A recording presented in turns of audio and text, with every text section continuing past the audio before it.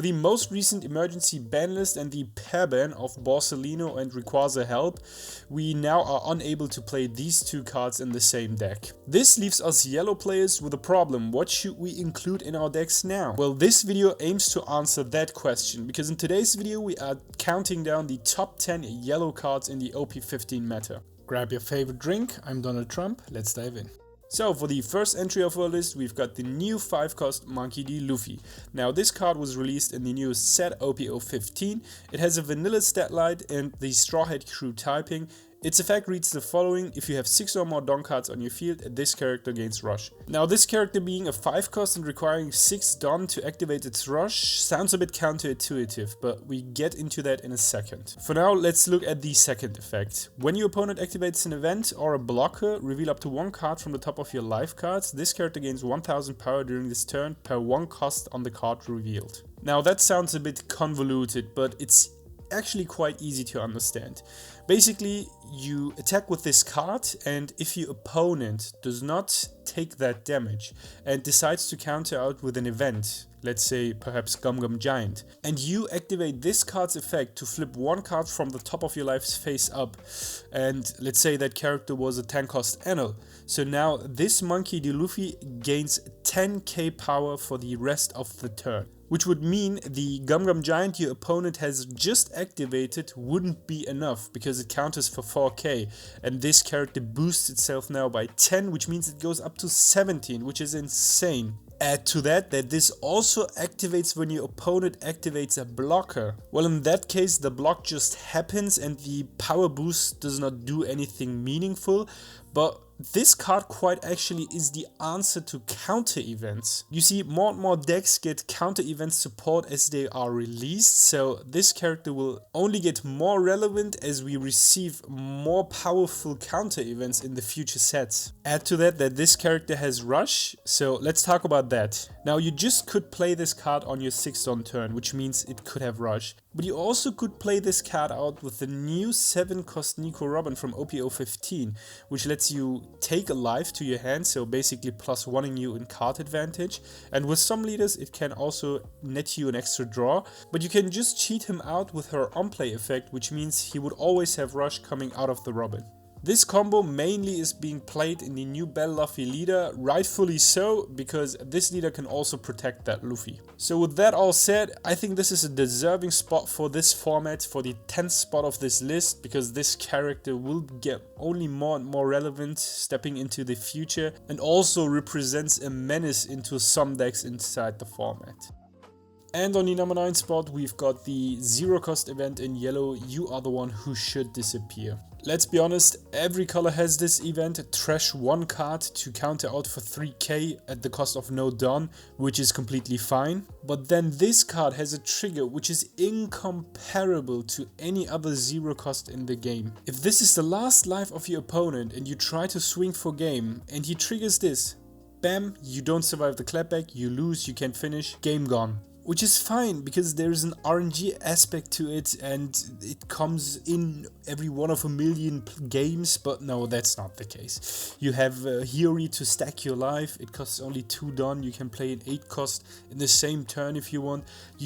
Players used to play the Hiyori, stack the life to a 0-cost, and then play out a Katakuri to gain another life, so in Enel, by the way, so infinite life, so this is complete bullshit. However, I have to tone it down a bit because the power creep of the game was at a point which this wasn't that quite powerful as some other combos we will look at later on in the video. Still, nonetheless, the option to have this in your life with common cards that can heal your life like Enel or Yamato or anything else in that matter, this off chance to trigger this card was always something to consider, and with the advent of the new ST29 Luffy leader, we also had many options to stack that life entirely with the 2-cost King Dragon event. So, well, in conclusion, this is just a 0-cost event. Yeah, you're right, but this is the 0-cost event in the game with the most historic output.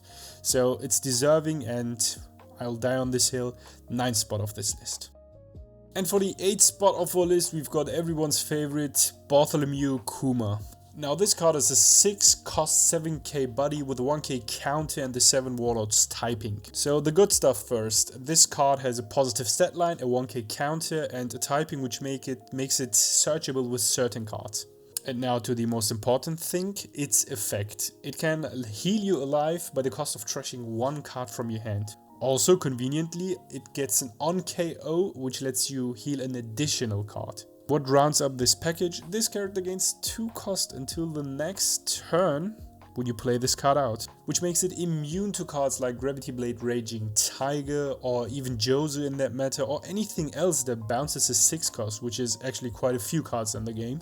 This all in all sounds pretty good, right? The question arises, why isn't this card any higher on this list? And to that there is a pretty good answer. So look, in the OP12 to OP14 meta, OP12 by the way where this card came out, this card was more relevant than it is now. It is a pretty good mid-range tool for many decks. It has the most play rate in Boa and it's quite good in the late game too.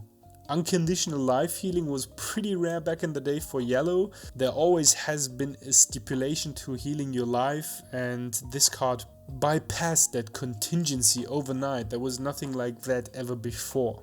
But to be honest, the power creep in this game is really insane in the last 3 to 4 sets. This is a good card but not good enough. There will be cards on the list higher up that will cost less or are more versatile that also heal you alive and maybe in better fashion. The thing about this Kuma is the second event effect doesn't come off that quite often because people just tend to ignore it or try to remove it by a mean that does not KO it, because the KO effect requires your opponent to KO it in that matter. So all in all of this makes the ceiling of this card a bit lower than it was before in releasing and the releasing times of this card, and nonetheless it is still a pretty good card and always a choice for any yellow deck which tries to find something to play on 6.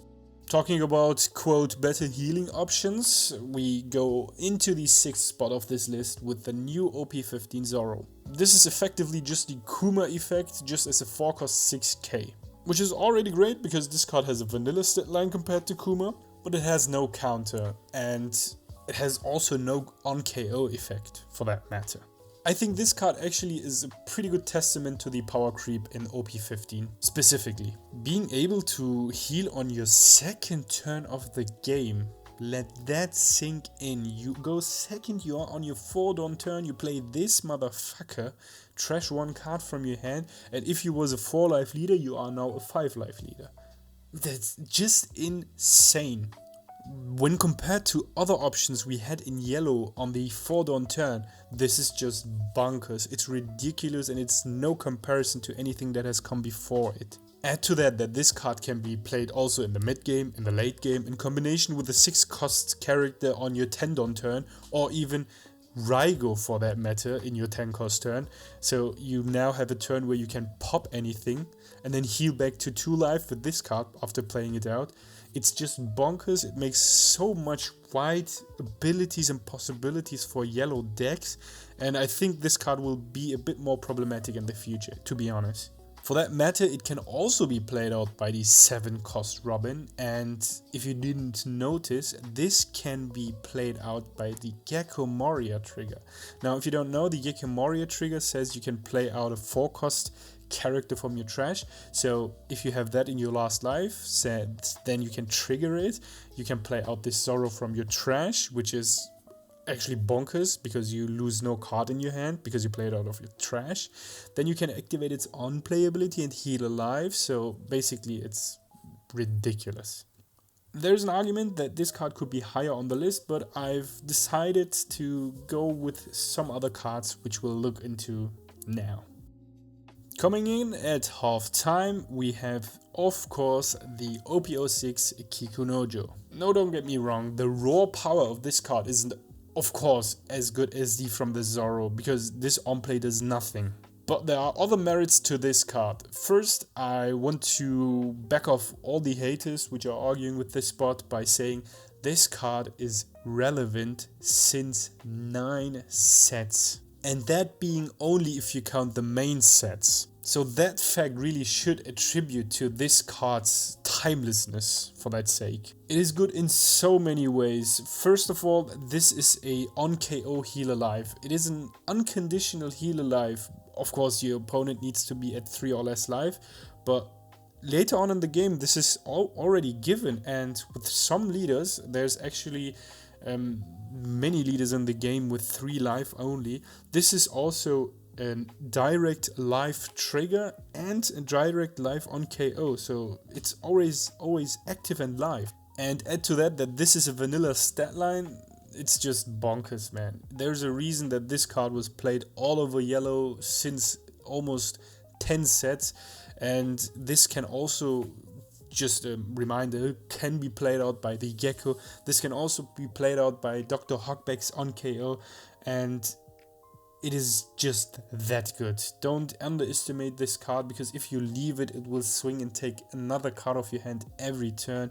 And if it was, let's say if it was a 5k body, it would be okay, but 6k, this card was ahead of its time and you had no reason to ignore it, so your opponent gained a life nonetheless. So well deserved, really well deserved 5th spot of this list. So with that, we've got the first half of our list summed up, but the surprising picks for our top 10 have yet to be talked about. If you don't want to miss them, don't forget to subscribe, and see you in the second part of this list.